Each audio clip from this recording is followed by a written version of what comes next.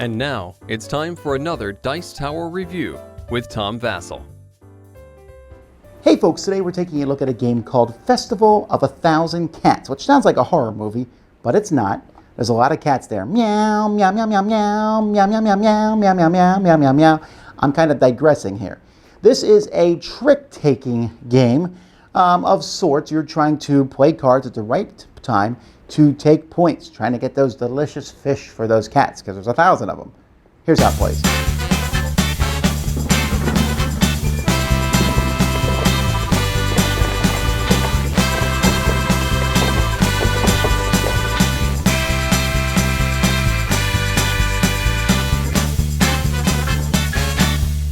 Now there's a lot of pieces here in the game, but the game is going to revolve around a deck of cards. There are 4 suits of cards in here that correspond to the 4 seasons, and they have various numbers on them. There's also 2 special cards here, one with a 0 and one with a 13. You can see, if you look at each player gets a player guide, the range of cards. So the spring cards range from 1 to 9, while the winter cards range from 4 to 12. Now, at the beginning of each round of play, you're going to take 2 cards and put them here, with the smaller one on one side, the larger on the other side.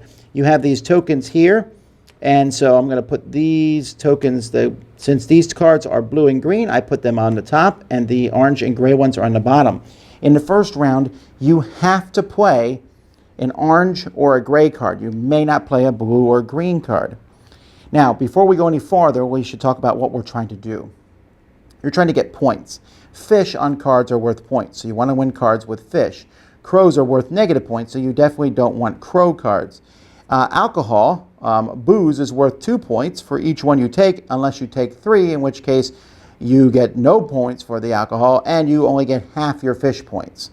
So you don't want to take a third card with the booze symbol on that. There are booze tokens here that you will take when it's time to play, whenever you take one of those cards. Now, each round, players are going to each pick a card from their hand, and they're going to play it down simultaneously. They have to play the colors that they're allowed to play, in this case, orange and gray, unless they do not have any cards of that color. If that happens, they can play any, let's say I don't have any orange or gray, I could play a blue card, which is fine, and then I would take an orange and gray card here and put them in front of me to show everyone that I don't have those for the rest of that round. But let's say these are the cards that are played. Everyone is going to get a card. Whoever plays the lowest card, in this case it's a 4. And by the way, if there's 2 cards of the same number, you're going to look at the number of cats on the bottom to see which one is higher than the other. But in this case it's a 4, so the 4 player is going to get the lower card here. And 9 goes in front of them, that's their scoring card. The highest card is the 11, so they're going to put that here. And the 10 is going to go in front of them as their scoring card. The other players are simply going to keep the cards that they played as their scoring cards. You'll notice now there's only 1 color out here, so next turn you can't play gray, but you can play the other 3 colors. So the cards that are out there are going to determine that. These are nothing. You'll notice that there's a 0, it can always take the lowest, and a 13 always will take the highest. And that's pretty much it. At the end of a round, you'll count up your points. You will score them here with the tiniest scoring tokens ever in a game, these little fish here. Now, if you want to play an advanced game, you can also play with these cards here, where each player will choose one, and this will show you that you will have a multiplier on the different cards you take. So if I have this one, I really want to take the blue cards because they're worth more points to me. They're worth double points. Or you could also play where you have these tokens in front of you, and depending on what cards you win each round, you're going to get these tokens, and those will be multipliers for your cards. That's a more of an advanced version of the game. Either way, you're going to play to a certain scoring you decide, like most trick-taking games, and the first person to that number scoring, 20 or 30, is the winner of the game. Now, I like trick-taking games, and I like the concepts in this game. One concept I didn't mention is those crow cards. They're worth negative points, but if you play a crow card at the same time someone plays one of those black cards, a 0 or 13, you steal that card from them immediately. So you're trying to suss out when someone's going to play one of those and steal it because it is the highest or lowest card. And sometimes you don't want to steal it because you don't want to win the card in the middle. Maybe it has crows on it, maybe it has booze on it. And when someone takes their 3rd booze, the round instantly ends. So there's only 2 booze cards per player.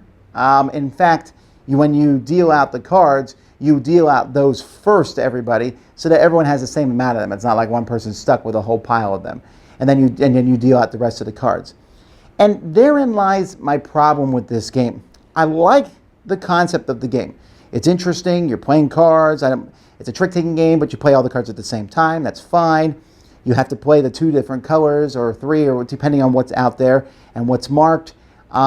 You get the points and the crow steals this. There's some interesting concepts, but it's just too complicated for a game of this size. I guess complicated is maybe the wrong word, because the game itself isn't that complicated. It's too fiddly. You're actually fiddling with too many different pieces. Like, for example, these cards here, the cards that you put in front of you when you no longer have a color of that type. Why are they in the game? Every time it's like, all right, I need to take this color. Okay, I don't have this color, everybody. Most trick-taking games I play, you just got to remember when someone's out of a color. These cards that help you remind you, they're only going to be out there a little bit, and just the act of taking them, I find fiddly. When you play the advanced game of the tokens, moving the tokens all over the place and having the different cards, there's just a lot of different pieces moving around. And then this board itself I found fiddly. In fact, we actually finally chucked ours because no one could remember if it was the top was the colors we could play or the bottom. We said, look at the cards out there. You can't play that color, right? This point is just serving no point. It's duplicating something that's already out there. And so I felt then, of course, they have the different things of each color. There's different amounts of them, and that's cool. But again, that adds to this extra stuff that's in the game. So I'm sitting there, and in most trick-taking games, I'm like, what are they going to play? What are they going to play? Now I'm like, okay, these cards have been played. I got a high blue, but there's definitely a higher green. I have 2 boos. I don't want to take a booze. And there's just so many thoughts swirling through my head. And the rule book for this game is 30 pages. Now, they're small pages, okay. They're here. But that's a lot of rules for what is basically a simple trick-taking game. I love the layout of it. The cats look cute. The colors are easy to distinguish. The numbers are great. That is fine. And I think the game itself is fine. There are better trick-taking games. This one is a fine one. But I think it's dragged down a point or two because of all this stuff moving these pieces around and everything. And it's like, why is all this in this box? A deck of cards would have sufficed. Give me some new rules. The idea of not taking too many booze cards and taking fish cards and playing the cards and the highest and lowest win a card and everyone else keeps their card. That's great. Those rules are fine. I think all these extra pieces and stuff, it's almost like they wanted to make the game seem bigger than it really is. I think that actually detracts. Sometimes smaller is better. Of course, it is called Festival of 1,000 Cats, so you've got to figure there's a lot of stuff going on. But interesting. Some people might like it. And again, I don't think you will dislike the experience of playing the game. I just thought there was one too many pieces. Dice Tower Judgment? Good, but a little fiddly. Thanks so much for watching the Dice Tower videos. Find more great videos and reviews as well as our top-rated audio podcast at Dicetower.com. You can also find other great shows at Dicetowernetwork.com. I'm Eric Summerer, and you've been watching The Dice Tower. The Dice Tower is sponsored by Cool Stuff Inc., where you can find great games for great prices. Cool stuff in stock. Check them out at CoolStuffInc.com. Shut the door. There.